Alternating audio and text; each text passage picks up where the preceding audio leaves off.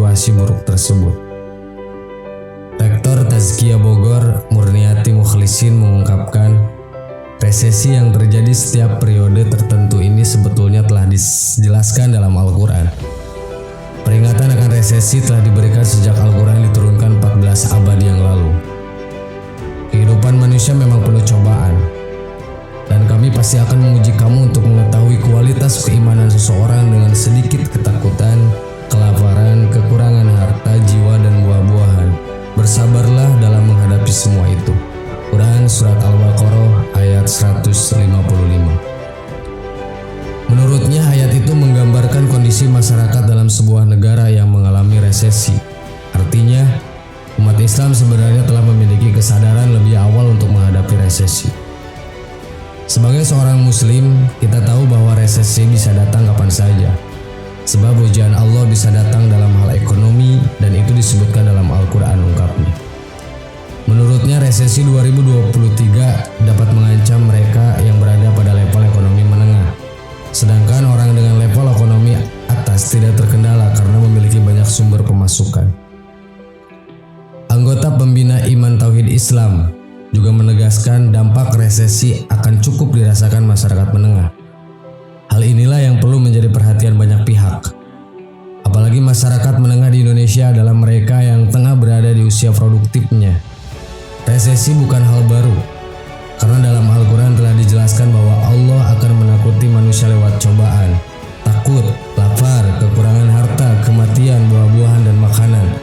Tapi ada kabar gembira untuk orang yang sabar, tambah. Solusi menghadapi resesi dalam Islam. Islam memiliki segala macam solusi untuk permasalahan-permasalahan yang terjadi, termasuk cara mengatasi resesi ekonomi. 1. Menggunakan sistem profit and loss sharing. Sistem profit and loss sharing atau pembagian untung rugi berarti keuntungan dan kerugian yang mungkin timbul dari kegiatan ekonomi atau bisnis yang ditanggung bersama-sama. Solusi ini ditawarkan untuk menghindari praktek riba yang dilarang oleh Islam, karena sistem paid money cenderung fluktuatif dan tidak stabil dan tidak mengakibatkan inflasi rentan adanya krisis. 2. Optimalkan zakat, infak, dan wakaf. Hal ini bisa menjadi solusi karena infak dan sedekah dapat digunakan untuk memperkuat zakat dan wakaf untuk memperbaiki situasi di saat resesi ekonomi. Kemudian pemerintahlah yang harus bisa memberikan pelayanan kepada masyarakat secara adil dan merata. 3. Menabung. Dalam Islam terdapat dalil yang menganjurkan kita untuk menyisihkan sebagian rezeki. Maka dari itu menabung bisa menjadi solusi dalam menghadapi resesi. Menabung emas merupakan hal yang paling aman dan dipercaya kebal terhadap inflasi dan nilainya terus naik meski perlahan. Dalam Islam sendiri menabung emas diperbolehkan selama emas yang dibeli tersebut ada wujudnya atau bukan berupa emas fiktif. 4. Percaya diri. Setiap kesulitan pasti ada kemudahan. Allah pun akan selalu memberikan bekal untuk kita mengatasinya, dan hal itu terdapat dalam kemampuan yang kita miliki. Bila kita mencontoh dari Nabi Yusuf alaihissalam yang memiliki keahlian mentakwil mimpi ditambah dengan imannya yang kuat serta pembawaan dan wibawa, dan karismanya tersendiri menjadikan ia percaya diri dan meminta kepada raja agar dijadikan sebagai bendaharawan negara Mesir saat itu. Dia, Yusuf, berkata, "Jadikanlah aku bendaharawan negeri Mesir, karena sesungguhnya aku adalah orang yang pandai menjaga dan berpengetahuan." Quran Surat Yusuf ayat 54. Sahabat yang beriman, itulah 4 solusi menghadapi resesi dalam Islam. Semoga bermanfaat.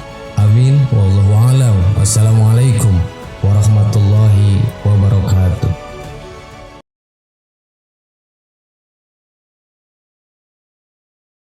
Bismillahirrahmanirrahim. Assalamualaikum warahmatullahi wabarakatuh. Sahabat yang beriman, sedekah adalah amalan yang mulia. Sedekah dengan ikhlas akan menjanjikan ganjaran pahala buat kita. Karena setiap perbuatan baik akan dibalas dengan perkara yang baik juga. Allah akan melapangkan dada, membuatkan kita gembira, melegakan perasaan dan mensejahterakan seluruh hidup kita. Bersedekahlah kita walaupun sedikit dan seikhlasnya. Karena dalam dalam setiap rezeki dan harta yang kita miliki itu terdapat juga hak orang lain. Jadi lebih baik jika dia disedekahkan dan dinikmati bersama. Beriman dan bersedekah seikhlasnya. Sedekah seikhlasnya mampu meringankan beban seseorang dan menjauhkan diri kita daripada panas api neraka. Semua perkara atau uang yang kita sedekahkan kepada golongan yang memerlukan harus terdiri dari hasil yang halal, karena pemberian yang halal akan menggugurkan dosa dan mendatangkan pahala. Selain itu juga akan dijauhkan dari manca bahaya. Seseorang yang bersedekah dengan harta yang halal akan dijauhkan dari api neraka dan akan dimasukkan ke dalam surganya Allah. Seseorang bersedekah dengan harta yang haram, dia tidak akan memperoleh kebaikan kecuali azab, karena memberi sesuatu yang haram kepada orang lain. Terdapat sebuah hadis yang mengatakan bahwa di dalam neraka jahanam terdapat sebuah rumah yang bernama Baitul Huzni, yang disediakan Allah bagi orang yang bersedekah dengan harta yang haram. Selain dapat membantu sesama manusia, Allah Subhanahu wa Ta'ala juga akan membalasnya dengan pahala bagi mereka yang ikhlas melakukannya. Berikut adalah janji-janji Allah kepada golongan orang-orang yang suka bersedekah. 1. Menghapuskan dosa-dosa orang yang bersedekah. Janji Allah yang pertama bagi orang yang rajin bersedekah adalah menghapus dosa. Hal ini tertera dalam sebuah hadis yang bersabda, sedekah dapat menghapus dosa sebagaimana air memadamkan api. Hadis riwayat Tirmidzi. Akan tetapi janji tersebut akan dipenuhi apabila sedekah itu disertai dengan taubat atas dosa yang telah dilakukan. Terlebih lagi apabila orang yang dengan sengaja melakukan maksiat seperti korupsi, memakan riba, mencuri, mengambil hak anak yatim, tidak berlaku sedekahnya. Apabila ia bersedekah hanya bertujuan agar dosa-dosanya tersebut impas. 2. Dapat naungan Allah di hari kiamat.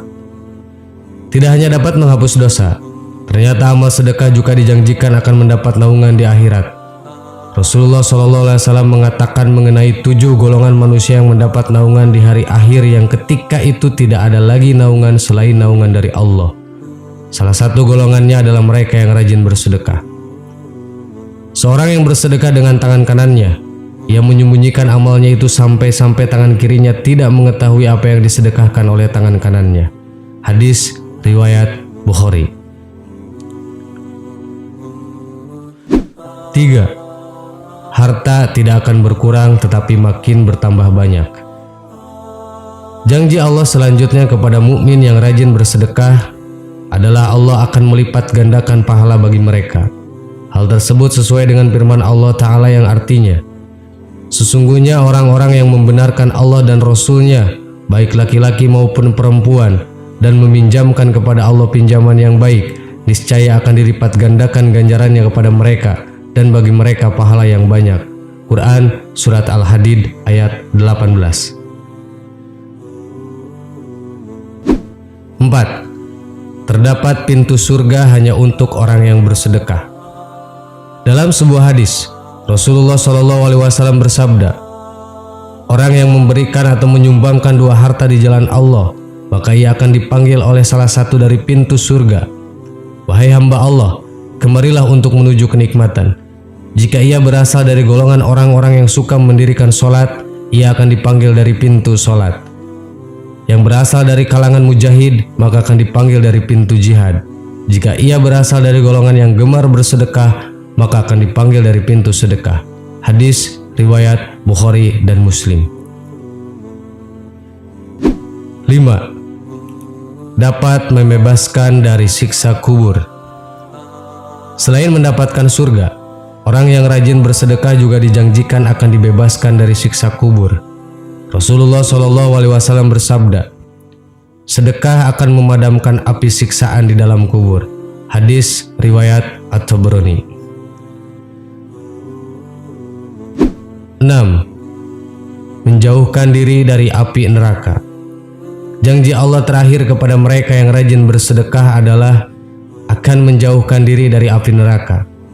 Ternyata meskipun hanya sedekah dengan sejumlah yang sedikit, namun sedekah tersebut memiliki andil untuk menjauhkan diri dari api neraka. Semakin banyak sedekah yang dilakukan, maka akan semakin jauhlah darinya.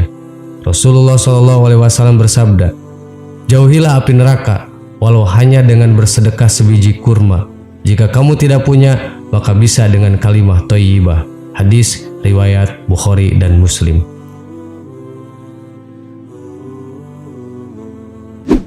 Sahabat yang beriman, demikianlah ulasan mengenai 6 janji Allah Subhanahu wa taala kepada mukmin yang rajin bersedekah. Sungguh banyak keutamaan yang akan diperoleh mukmin yang gemar bersedekah. Untuk itu, keluarkan sedikit harta untuk bersedekah agar Allah memberikan kita janji-janji mulia tersebut. Amin. Wallahu a'lam. Assalamualaikum warahmatullahi wabarakatuh.